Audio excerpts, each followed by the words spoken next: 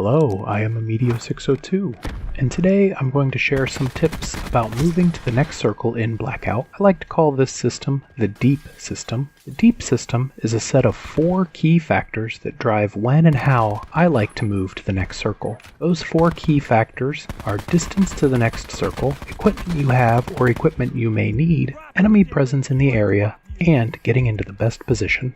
The first key factor to consider is the distance to the next circle.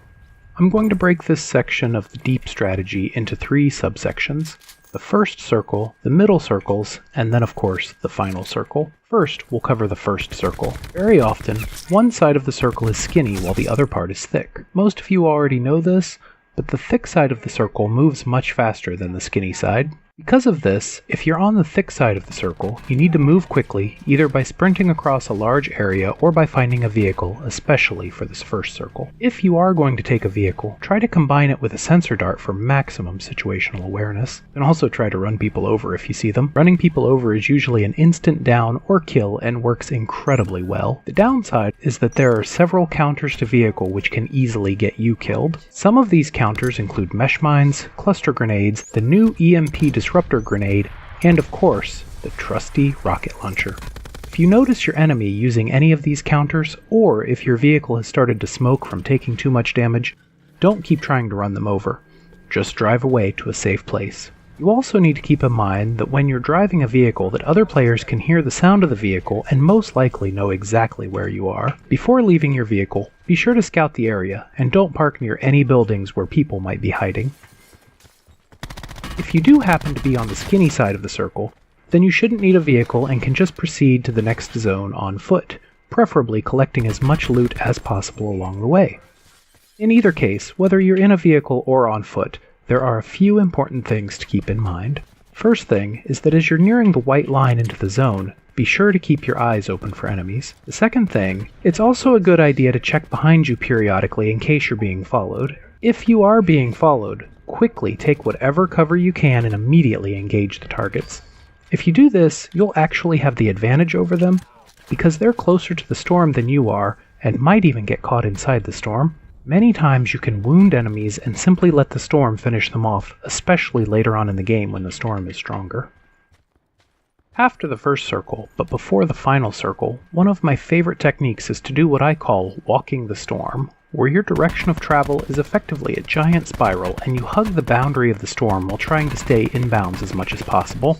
I usually try to travel from the thick side to the skinny side of the storm. Additionally, I prefer keeping my left side to the storm and my right side pointing toward the play area. I like to do it this way so that my gun provides a little bit of protection against snipers who are trying to headshot me. Hey, it's not much, but every little bit helps, right? Walking the storm has a lot of the same caveats I just mentioned. Namely, you should be keeping an eye out for enemies, checking behind your group frequently, and using the storm to your advantage by preventing enemies from moving toward the zone.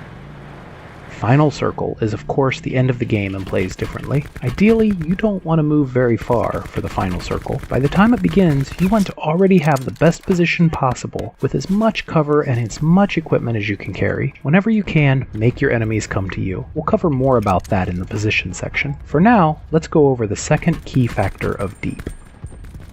The second key factor of the deep strategy is equipment, and this has 2 subsections: what you already have and what you need.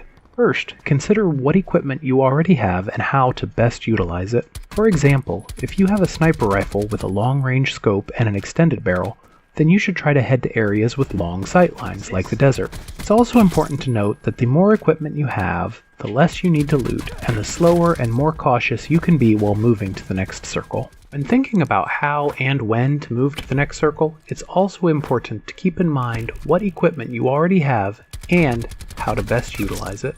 For example, if I need to pass through a large village on my way to the next circle, there's a good chance I'll use a sensor dart to check whether it's clear.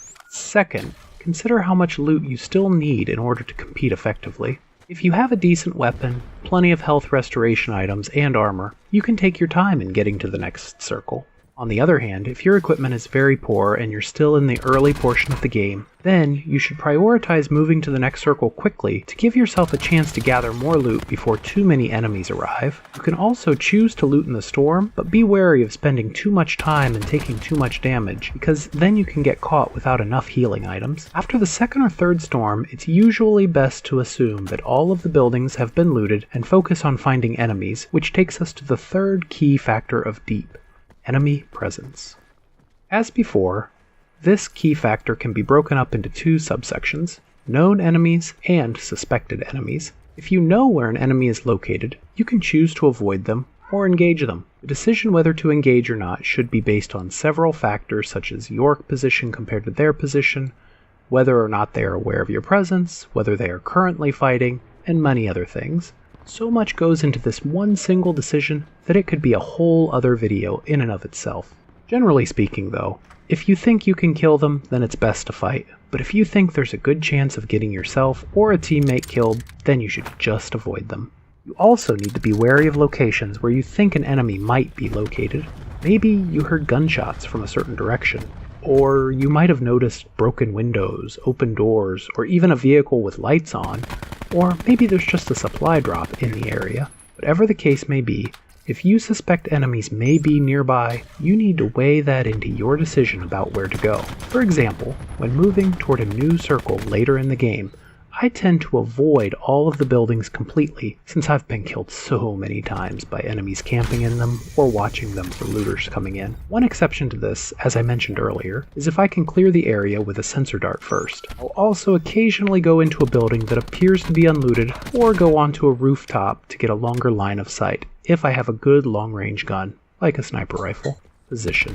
Position has always been very important in Call of Duty, and that brings us to our final key factor. In this context, position means not only where you are on the map, but also what cover and concealment options you have available. It also includes your ability to spot enemies as well as your enemy's ability to spot you. Part of deciding which position to take has to do with your goals in the game. Are you trying to win the game, or just trying to get a lot of kills? Maybe you're trying to complete a specific challenge, or just practice with a certain type of gun. In all of these cases, you need to customize your play style so that you can play to your current strengths while avoiding your weaknesses, and put yourself in the best position. If you're trying to win, go somewhere as far away from the other players as possible until later on in the game. Then, take an elevated position with lots of cover. If you're trying to get a lot of kills, hot drop into a named location, run toward any shooting you hear, grab a vehicle, and try to run people over. Generally speaking, your position should have as many of the following traits as possible: cover, such as trees or rocks that will stop all or most bullet damage; high ground, such as a hill or rooftop; concealment, such as bushes or fences that don't stop a lot of bullet damage, but do at least make you harder to see; lines of sight which complement your weapons and desired playstyle, such as long sight lines for snipers and short sight lines for SMGs or shotguns; and finally a circle advantage. Having a circle advantage over the enemies you are fighting is huge. They need to come to your position, you have a huge advantage over them, and if it's the final circle, you'll most likely win the game. If you have a sniper rifle, an example of a good position is the top of the hill with multiple trees and bushes surrounding you. If you only have a shotgun or an SMG, this is a terrible position. In this case, the inside of a building would be a much better position to you. Keys to choosing a good position are knowledge of the map as well as awareness of all of the other factors in the deep strategy: distance, equipment, and enemies. If you can account for the distance to the next circle, your current equipment and future equipment needs, and the location of all the enemies around you, and combine all of that knowledge with good knowledge and awareness of the map, then choosing a good position will get you a lot of wins.